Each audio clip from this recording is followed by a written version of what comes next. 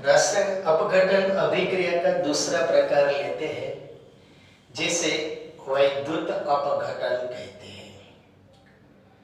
आगे हमने ऊष्मा की मदद से होने वाला अपघटन लिया, अब विद्युत की मदद से होने वाला अपघटन लेते हैं। अभिक्रिया एकदम इसी है।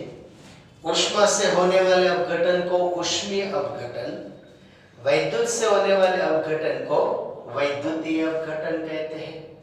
तो अपघटन की जो अभिक्रिया वैद्युत से होती है उसे वैद्युत अपघटन कहते हैं। जैसे कि अपने यहाँ लेते हैं जल का विद्युत अपघटन करते हैं। जल यानी कि पानी का विद्युत अपघटन करने के लिए सबसे पहले एक प्लास्टिक का मग लेकर आएंगे। सबसे पहले क्या लेंगे अपने एक प्लास्टिक का मग। तो यहाँ पर हम सबसे पहले प्लास्टिक का मग बनाएंगे।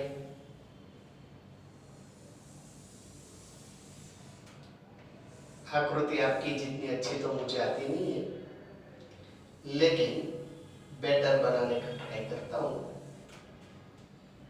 ये प्लास्टिक का एक मग लिया मैंने, जैसे परिस्थिति है उसके अनुसार हम बताए जाते हैं।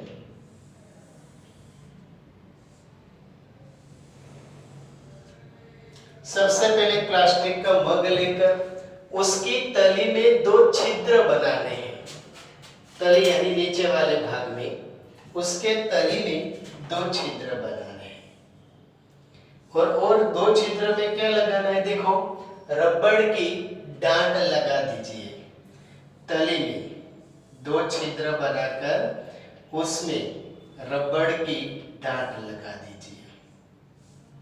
चलो मैंने रबड़ की डांट लगा दी।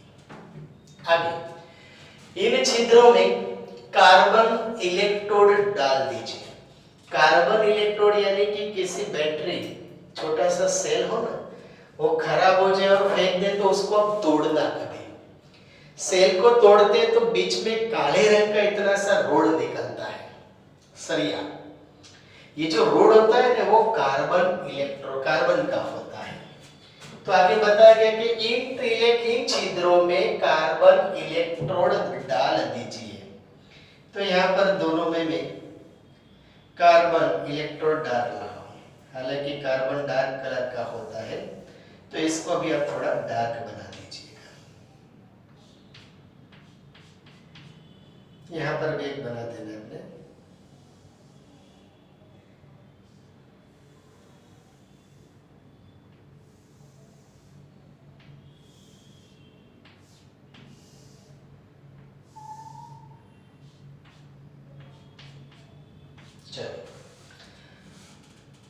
इन इलेक्ट्रोड को 6 वोल्ट की बैटरी के साथ जोड़ दीजिए। तो अभी उसको हम 6 वोल्ट की बैटरी के साथ जोड़ देंगे। बैटरी के साथ जोड़ने के लिए ये रहा। यहाँ पर चालू बंद करने के लिए बीच में एक स्विच भी लगा देंगे।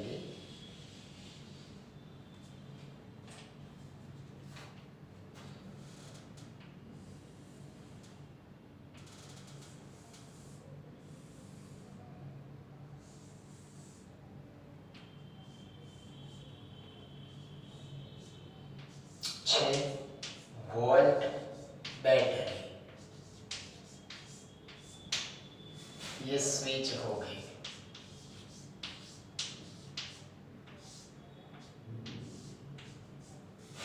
चलो अभी हम उसके साथ चले। तो सबसे पहले प्लास्टिक मग लीजिए।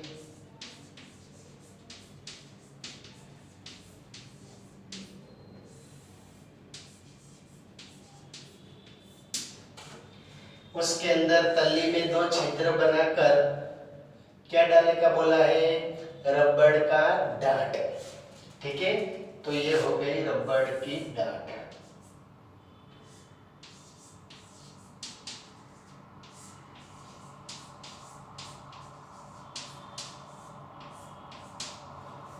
यहाँ पर मग है इसलिए उसका हैंडल भी आप बना दीजिएगा।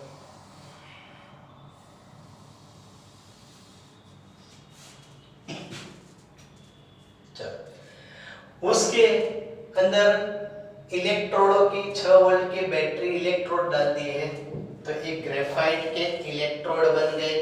तो यहाँ पर लिखेंगे हम ग्रेफाइट का इलेक्ट्रोड, यानी कि जो कार्बन जो उस बैटरी में से निकला है ना वो, यानी ग्रेफाइट रोड, सरिया भी लिख सकते हो आप।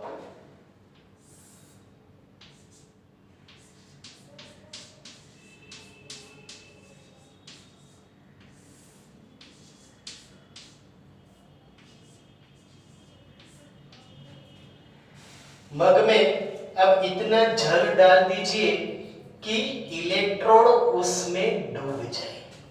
मग में इतना जल डाल दीजिए कि इलेक्ट्रोड उसमें डूब जाए। चलो, हालांकि मैं यहां तक का जल भर देता हूं।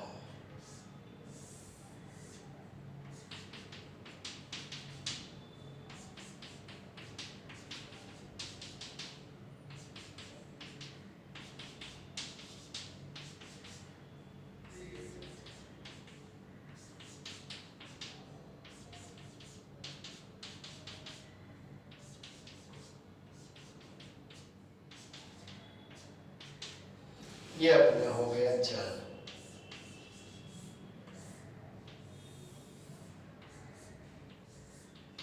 चलो, जल में तनो सल्फ्यूरिक अम्ल की कुछ बूंद डाल दी जाए। 1 नंबर का क्वेश्चन में खास याद रखना है कि जल का वैद्युत अपघटन के लिए उसमें क्या मिलाया जाता है, तो तनो सल्फ्यूरिक अम्ल, क्योंकि इसकी वजह से वैद्युत अपघटन की प्रक्रिया एकदम इजी, सरल हो जाती है, इसलिए डाला जाता है।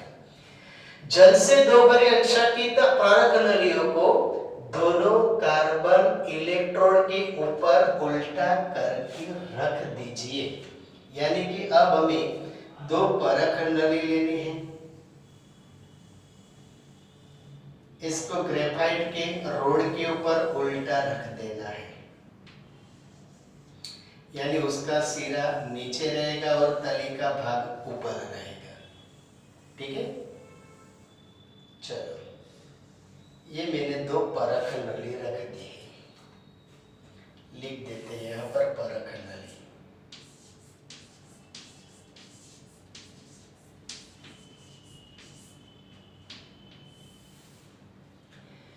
जल से भरी 2 असंकित परख नली को हम क्या बोले हैं, दोनों कार्बन इलेक्ट्रोड के ऊपर उल्टा करके रख दिए हैं। चलो आगे, विद्युत धारा प्रवाहित करते हैं। यहाँ पर जल से भरी 2 असंकित परख नलियां ली है, तो परख नली में भी हमें जल बताना है।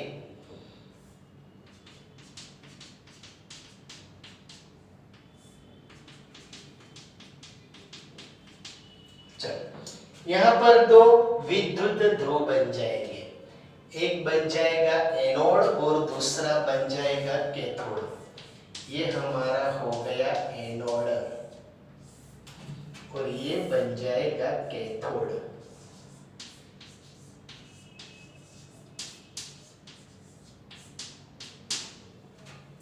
एनोड और कैथोड। अब क्या बोले, देखो, विद्युत धारा प्रवाहित करने से एनोड और कैथोड यानी इलेक्ट्रोड पर बुलबुले बनते हैं। देखते हैं आप, यहाँ पर बुलबुले बनते हैं।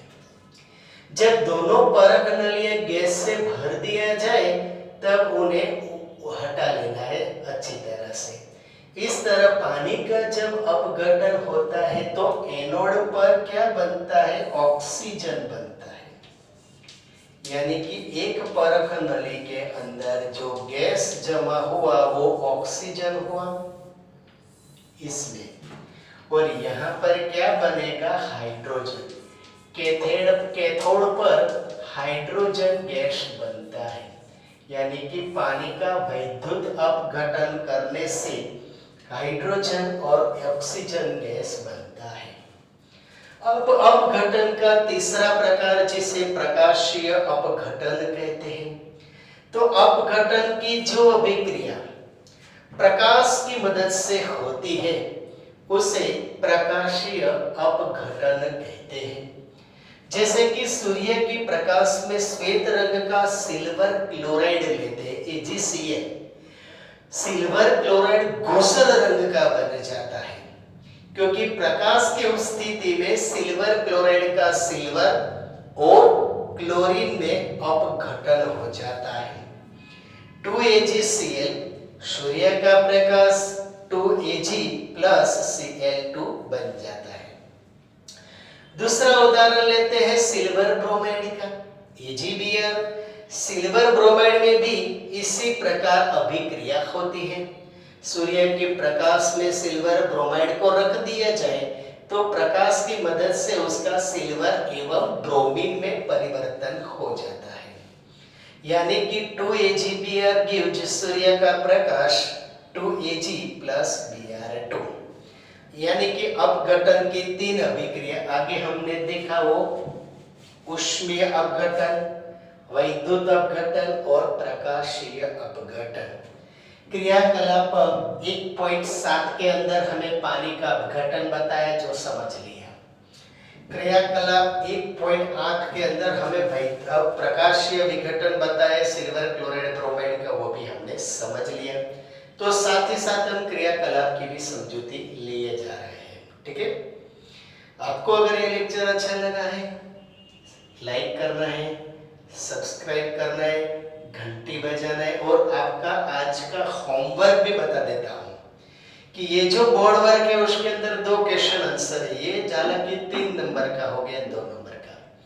दोनों को आपको अच्छे से नोट के अंदर लिख देना है, मस्त अक्षर से चित्र समेत, और उसकी फोटो निकाल कर हमें व्हाट्सएप ग्रुप में डाल देंगे ताकि आपकी हाजिरी हम नोट कर सके, और कोई दिक्कत हो तो हम उसको भी सॉल्व कर सके। Thank you. ये फोटो आप जरा स्क्रीनशॉट ले लीजिए।